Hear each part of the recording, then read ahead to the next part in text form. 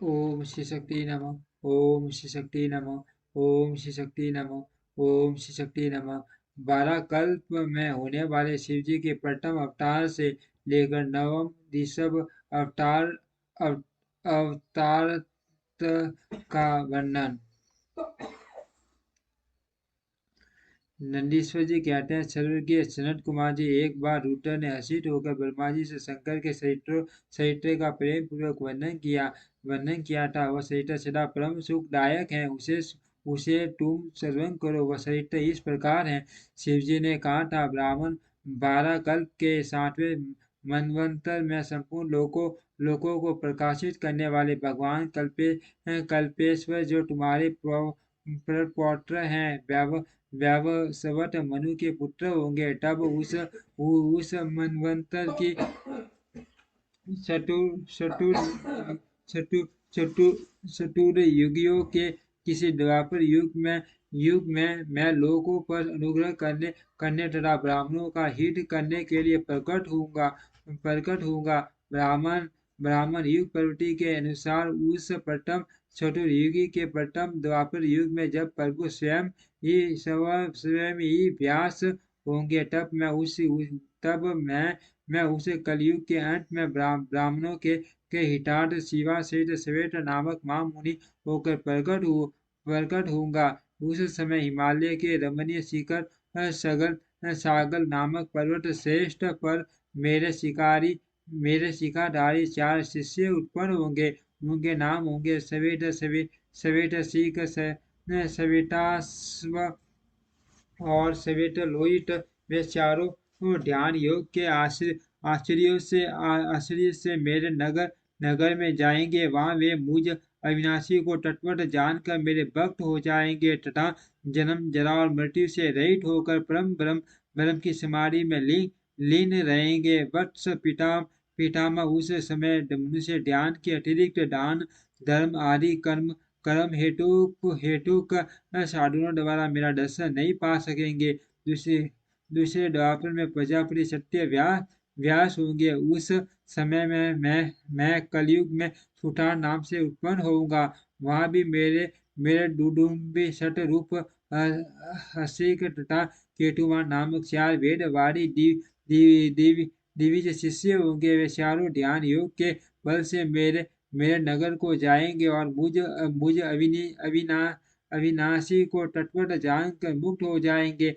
तीसरे द्वापर में जब भार्गव नामक व्यास होंगे, तब मैं भी नगर के निकट ही दमन नाम से प्रकट होऊंगा। उस समय भी मेरे विशोक विशेष विपाप और पाप नाशन नामक 4 पुत्र होंगे। चतुरानन उस अवतार में मैं शिष्यों के साथ ले व्यास की सहायता करूंगा और उस कलयुग में निवृत्ति मार्ग को सुदृढ़ बनाऊंगा। चौथे द्वापर में जब अंगिरा व्यास कहे जाएंगे, उस समय मैं सूत्र नाम से अवतार लूंगा। उस समय भी मेरे 4 योग साधक महात्मा पुत्र होंगे। ब्राह्मण उनके नाम होंगे सुमुख, दुर्मुख, दुर्दम और दूरटी कर्म। उस अवसर पर भी इन शिष्यों के साथ मैं व्यास की सहायता में लगा रहूंगा। 5वें द्वापर में मैं सविता व्यास नाम से कहे जाएंगे। तब मैं कंक नामक महा तपस्वी योगी होऊंगा। ब्राह्मण वहां भी मेरे 4 योग साधक महात्मा पुत्र होंगे। उनके नाम बतलाता हूँ, सुनो। सनक, सनातन, प्रभावशाली, सनंद और सर्वव्यापक, निर्मल तथा अहंकारित सनत कुमार। उस समय भी कंक नामधारी मैं सविता नामक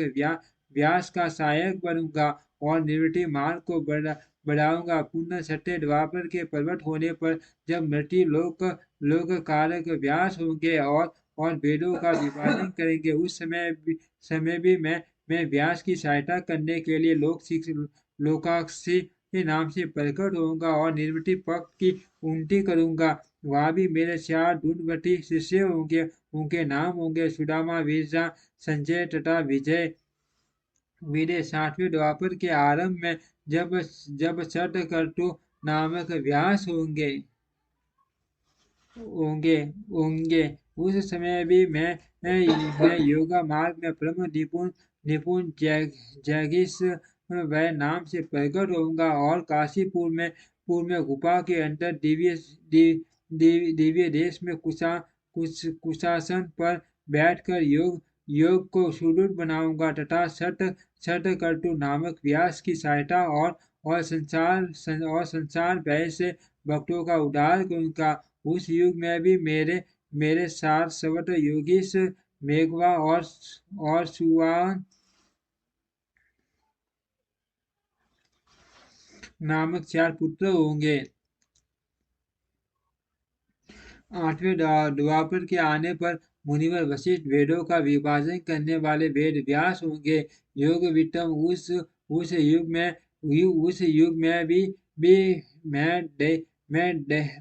मैं दधिवान नाम से अवतार लूंगा और व्यास की सहायता करूंगा। उस समय कपिल आसुरी पंच सिख और साल बल नाम वाले मेरे 4 योगी पुत्र उत्पन्न होंगे जो मेरे ही सम्मान होंगे। ब्राह्मण नबी चतुर्युगी के द्वापर युग में मुनिश्रेष्ठ सारस्वत व्यास नाम से प्रसिद्ध होंगे। उन्हें व्यास के निवृत्ति मार्ग की वृद्धि के लिए ध्यान करने पर मैं ऋषभ नाम से अवतार लूंगा। उस समय प्रासर राग गर्ग और भार्गव तथा गिरीश नाम के 4 महायोगी मेरे शिष्य होंगे। प्रजापति उनके सहयोग से मैं योग मार्ग को सुदृढ़ बनाऊंगा। सन मुने इस प्रकार मैं व्यास का सहायक बनूंगा। ब्राह्मण उसी रूप से मैं बहुत से दुखी भक्तों पर दया करके उनका भव सागर से उद्धार करूंगा। मेरा वह ऋषभ नामक अवतार योग मार्ग का प्रवर्तक सारस्वत व्यास के मन को संतोष देने वाला और नाना प्रकार से रक्षा करने वाला होगा। उस अवतार में मैं बलदायु नामक कुमारों को जो विष दोष से मर जाने के कारण पिता द्वारा त्याग दिया जाएगा जीवन प्रदान करूंगा। तदनंतर उस राजपुत्र की आयु के 16वें वर्ष में मैं ऋषभ ऋषि जो मेरे ही अंश हैं उसके घर पधारेंगे।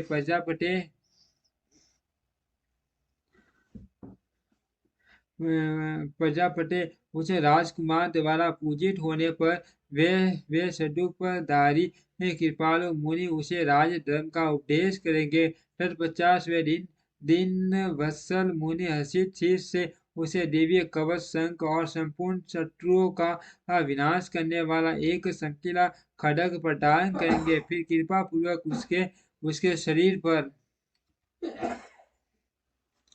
भस्म लगाकर उसे 12,000 हाथियों का बल भी देंगे।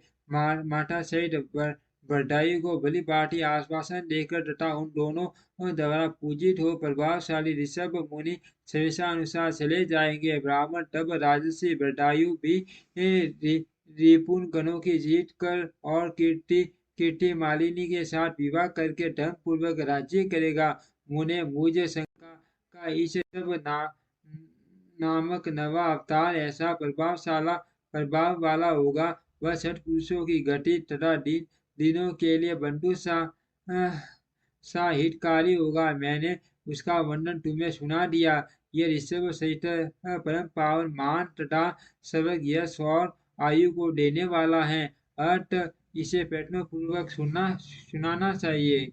ओम श्री शक्ति नमः। ओम श्री शक्ति नमः।